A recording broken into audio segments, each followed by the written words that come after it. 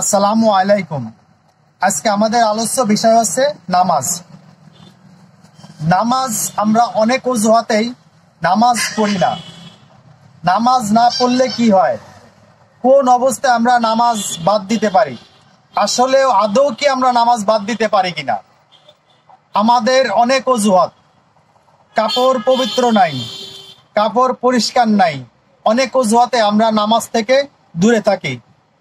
আসলেই আমরা কি এই অবস্থায় নামাজকে হেলা করতে পারি কিনা? আমরা কি নামাজকে ফাঁকি দিচ্ছি না নিজেকে ফাঁকি দিচ্ছি? একবার ভাবুন। এই বিষয়ের উপরে সুন্দর একটা ভিডিও দেখে আসি, তারপরে গুরুত্বপূর্ণ আলোচনা করব। চলুন ভিডিওটা দেখা যাক। সম্মানিত দিনী ভাই বোন, সলাত আদায় করতেই হবে যে কোনো মূল্যে, সলাত আদায় করতেই হবে যে কোনো মূল্যে। আল্লাহ তাআলা বলেন ফাসল্লি লিরাব্বিক, আপনি আপনার প্রতিপালককে সন্তুষ্ট করার জন্য সলাত আদায় করুন আদেশ। অজু করে সলাত আদায় করতে হয়, পানি নেই, তায়াম্মুম করে সলাত আদায় করতে হবে। মাটি নেই, বিনা অজুতে বিনা তায়াম্মুমে সলাত আদায় করতে হবে। কেবলার দিকে মুখ করে সলাত আদায় করতে হয়, কেবলা বোঝা যায় না, এমনিতেই সলাত আদায় করতে হবে। শত্রু তাড়া দিয়েছে, দৌড়িয়ে চলে যাচ্ছেন, এই দৌড়ানো অবস্থাতেই সলাত আদায় করতে হবে।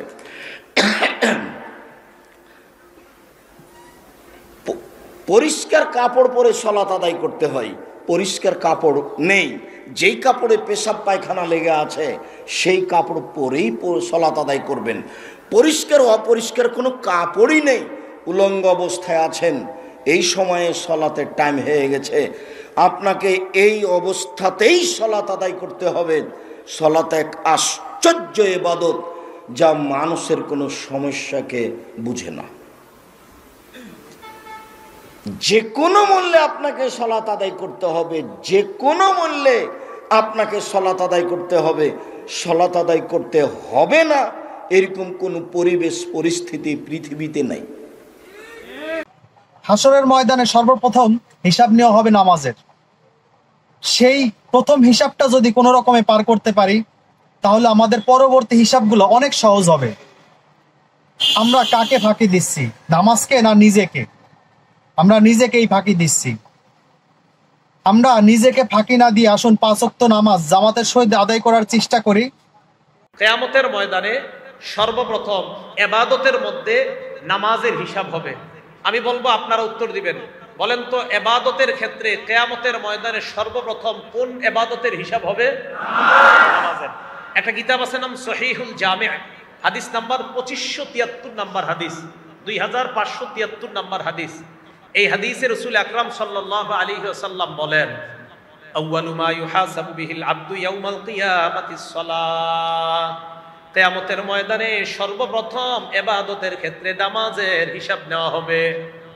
ফা ইন সালাহাত, আল্লাহ নবী বলেন, যদি নামাজ শুদ্ধ হয়ে যায়, সালাহা সাইরু আমালি, সকল আমলগুলা শুদ্ধ। আগে নামাজের হিসাব, এটা যদি সঠিক হয় তো বাকিগুলার মূল্য আছে।